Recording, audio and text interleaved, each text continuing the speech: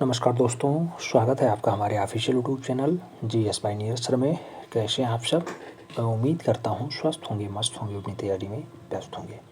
मित्रों, आज की जो क्लास होगी इस पे दो महत्वपूर्ण कलाकारों के नाम होंगे, जाजकेट और जो है जैनुल आबदीन। इन दोनों को पढ़ेंगे।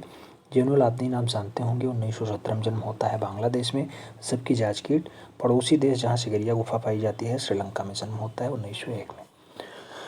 दोनों को पढ़ने का काम बस यही है, मूल रूप से इनसे कभी कभार क्वेश्चंस बन जाते हैं तो देखना ज़रूरी हो जाता है, कोई भी पॉइंट छूटे ना। इसलिए वीडियो उतना ही महत्वपूर्ण है जितना कि अभी तक की क्लास है। आइए देखते हैं जाजकेट के बारे में। तो जाजकेट का जन्म कब हुआ? 1901 में हुआ। कहाँ पे हुआ? श्रीलंका के कैंडी में हुआ था। जाजकेट के पिता क्या रहे हैं? तो भारतीय मूल के, और माता जो है डच परिवार से संबंधित रही हैं। तो ये क्वेश्चन बन सकता है कि मूल रूप से इनकी माता जी का संबंध कहाँ से रहा है? तो डच से रहा है। ठीक है। इनका जन्म कहाँ पे हुआ? श्रीलंका में हुआ। श्रीलंका में एक प्रख्यात गुफा है जिसका नाम है सिगरिया गुफा, याद रखना। आगे, जाजकेट जन्म से पहले सिंघली किंतु सांस्कृतिक दृष्टि से जो है भारतीय माने जाते हैं। जन्म से सिंघली रहे हैं और सांस्कृतिक दृष्टि से भारतीय रहे हैं।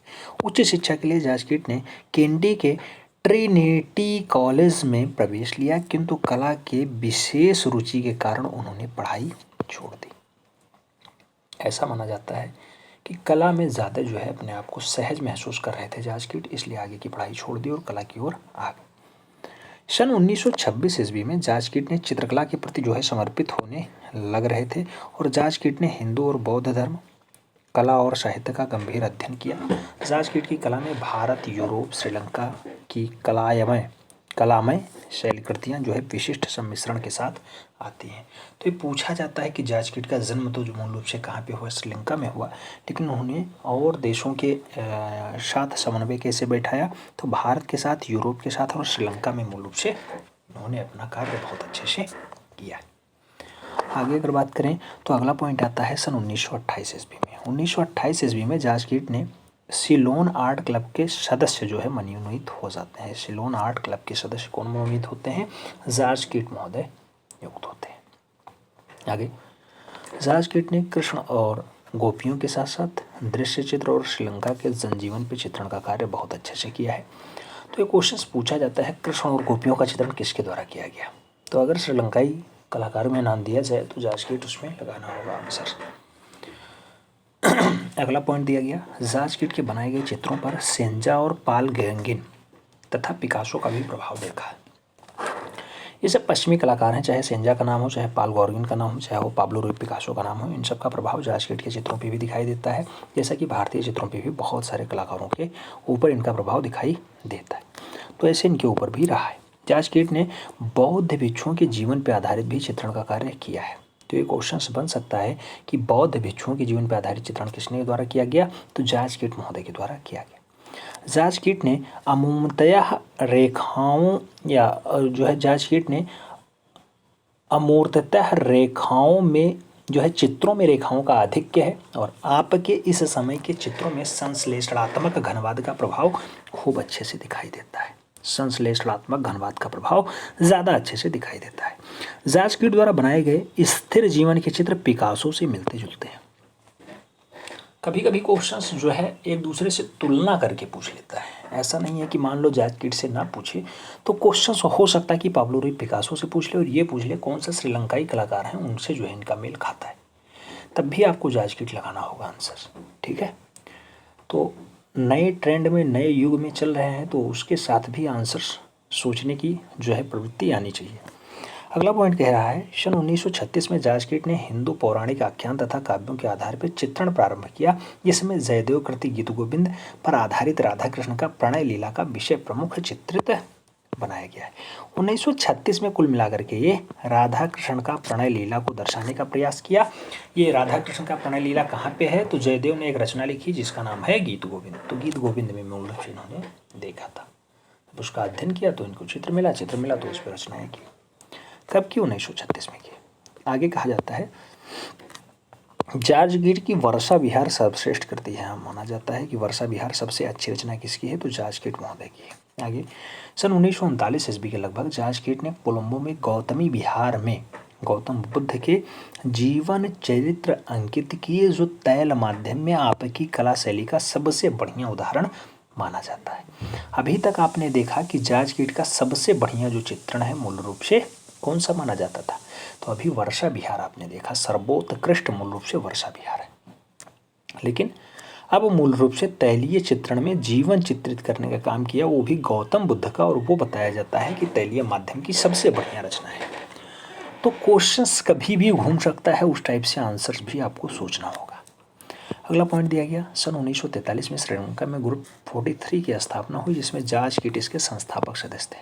तो ग्रुप 43 का संबंध किस देश से रहा है? श्रीलंका से रहा, याद रखना, श्रीलंका से रहा। इसके संस्थापक सदस्य कौन रहे हैं? तो मूल रूप से जॉर्ज कीट का नाम आएगा, जिनका जन्म श्रीलंका में 1901 में होता है।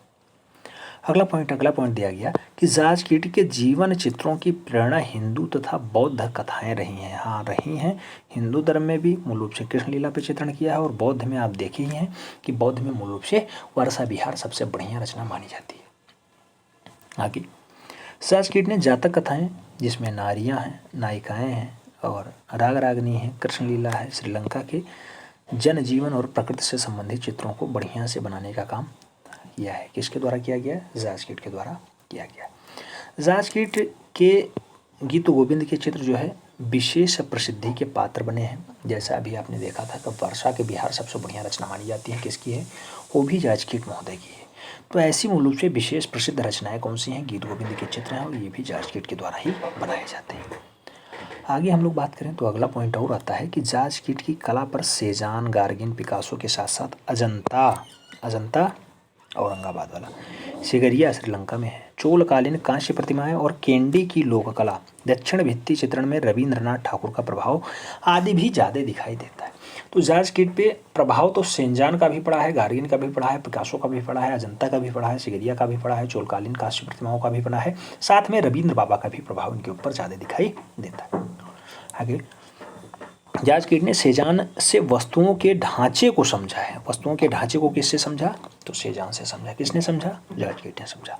गार्गिन से उन्होंने रंगों की ऐन्द्रिक अनुभूति ली है, और अजंता तथा सिगरिया से रेखा का शास्त्रीय माधुर्य सीखने का काम मूल रूप से जॉर्ज कीट ने किया है। दक्षिण भारत की कांस्य प्रतिमाओं से लय तथा गतिमय ओज का अनुभव किससे प्राप्त हुआ है? तो दक्षिण भारत की कांस्य प्रतिमाओं से ऐसा लय और ऐसा गतिमय ओज आता है। लोक कला से स्पष्ट अभिव्यक्ति की पद्धति किससे अपनाई गई है? तो मूल रूप से जॉर्ज कीट के द्वारा लोक कला से भी अभिव्यक्ति को दर्शाने का प्रयास किया गया है, और उससे भी सीखने को प्रयास हुआ है। रविंद्रनाथ ठाकुर ने सहजता का गुण जो है प्रदान किया है, किसको? जॉर्ज कीट महोदय को। तो क्वेश्चंस बन सकता है कि अजंता और सिगरिया से जॉर्ज कीट ने क्या सीखा? तो रेखा का शास्त्रीय माधुर्य सीखा है, याद रखना, रेखा का शास्त्रीय माधुर्य सीखा है। किससे? तो वो अजंता से सीखा और सिगरिया से सीखा।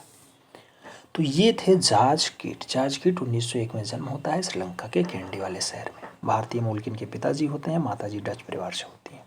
अच्छी रचनाओं में आपने देखा वर्षा विहार है, और जो है इन्होंने कोलंबो के पास गौतम विहार में गौतम बुद्ध की बढ़िया तैलीय कृति भी बनाई थी, वो भी बहुत फेमस होती है। तो ये सब डाटा थे, आपको याद रखने होंगे। क्वेश्चंस बन सकता है, इसलिए आपको पढ़ाया गया है, हल्के मत लेना। अगला कलाकार हमने कहा था जैनुल आब्दीन पढ़ेंगे। जैनुल आब्दीन की अगर बात करते हैं, जन्म कब होता है? 1917 में होता है। कहाँ पे होता है? बांग्लादेश में होता है। जैनुल आब्दीन का महत्व कला के साथ भारतीय आधुनिक कला के विकास में अग्रणी भूमिका निभाने वाले के रूप में रहा है।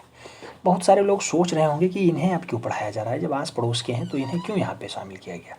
आप जानते होंगे 1947 में मूल रूप से पाकिस्तान बनता है, और ये बांग्लादेश पहले पूर्वी पाकिस्तान हुआ करता था। तो 47 में इन लोगों का जन्म हुआ था, उससे पहले तो सब कुछ भारत था, तो सब कुछ भारत में ही था, इसलिए इन्हें पढ़ाया जा रहा है। ठीक है, ये भारत के कलाकार पहले माने जाते थे, आज के परिवेश में ये बांग्लादेश के हो गए हैं। बांग्लादेश 1971 में जन्म होता है। आप जानते हैं इंदिरा गांधी के सह नेतृत्व से मूल रूप से बांग्लादेश का जन्म होता है। तो ये सब काम तो बाद का हुआ है, पहले तो यही था, पूरा भारत ही था, अखंड भारत। जैनुल आब्दीन का महत्व कला के साथ भारतीय आधुनिक कला के विकास में अग्रणी भूमिका निभाने वालों में रहा है। आगे अगर बात करते हैं तो जैनुल आब्दीन ने 40 वर्षों तक कला सृजन का कार्य किया है। कला बनाने का काम जैनुल आब्दीन ने 40 वर्षों तक किया, 40 वर्षों तक किया। आगे जैनुल आब्दीन की प्रारंभिक कृतियों में गरीब व दुखी लोगों का चित्रण मिलता है। सन 1943 ईस्वी में बंगाल के अकाल से बहुत द्रवित हो गए थे जैनुल आब्दीन। द्रवित माने बहुत दुखी हो गए थे। आगे, जैनुल आबदीन ने रेखा चित्रों में दुःस्वप्न जैसी एक जो है प्राकृतिक विपक्ष को अभिव्यक्ति दी है। और आगे कहा जाता है इन रेखाओं को जैनुल आबदीन स्याही से रेखांकित किया करते थे जिसमें ओज, पूर्ण गति और जीवंतता है। उदाहरण के रूप में मनपुरा आइसलैंड 1970 में इन्होंने बनाया। ये कुंडलित चित्र है, बहुत बढ़िया रचना मानी जाती है जैनुल आबदीन। जैनुल आबदीन ने कला के लिए सिद्धांत में कभी विश्वास नहीं किया क्योंकि आपने संवेदनशील कला को दैनिक जीवन से संबंधित माना है। संवेदनशील कला को दैनिक जीवन से संबंधित माना है किसने? जैनुल आबदीन ने। ये कला के सिद्धांतों को नहीं मानते। आगे कहा जाता है सन 1947 में जैनुल आबदीन कोलकाता से बांग्लादेश आते हैं और तत्कालीन यानी पूर्वी पाकिस्तान चले जाते हैं। तो कोलकाता से जो है बांग्लादेश चले जाते हैं। जब भारत का विभाजन होता है तो कोलकाता में रहते हैं, उस टाइम जो है ये बांग्लादेश की तरफ जाते हैं जिसे पूर्वी पाकिस्तान कहा जाता है। जो क्वेश्चंस बन सकता है, जन्म पूछा जा सकता है, 1917 बांग्लादेश से याद रखना है। मनपुरा आइसलैंड 1970 किसने बनाया है? जैनुल आबदीन ने बनाया है। याद रखेंगे, आपका काम हो जाएगा। हमें उम्मीद है समझ में आया होगा। अभी मिलते हैं नेक्स्ट वीडियो में, तब तक के लिए जय हिंद।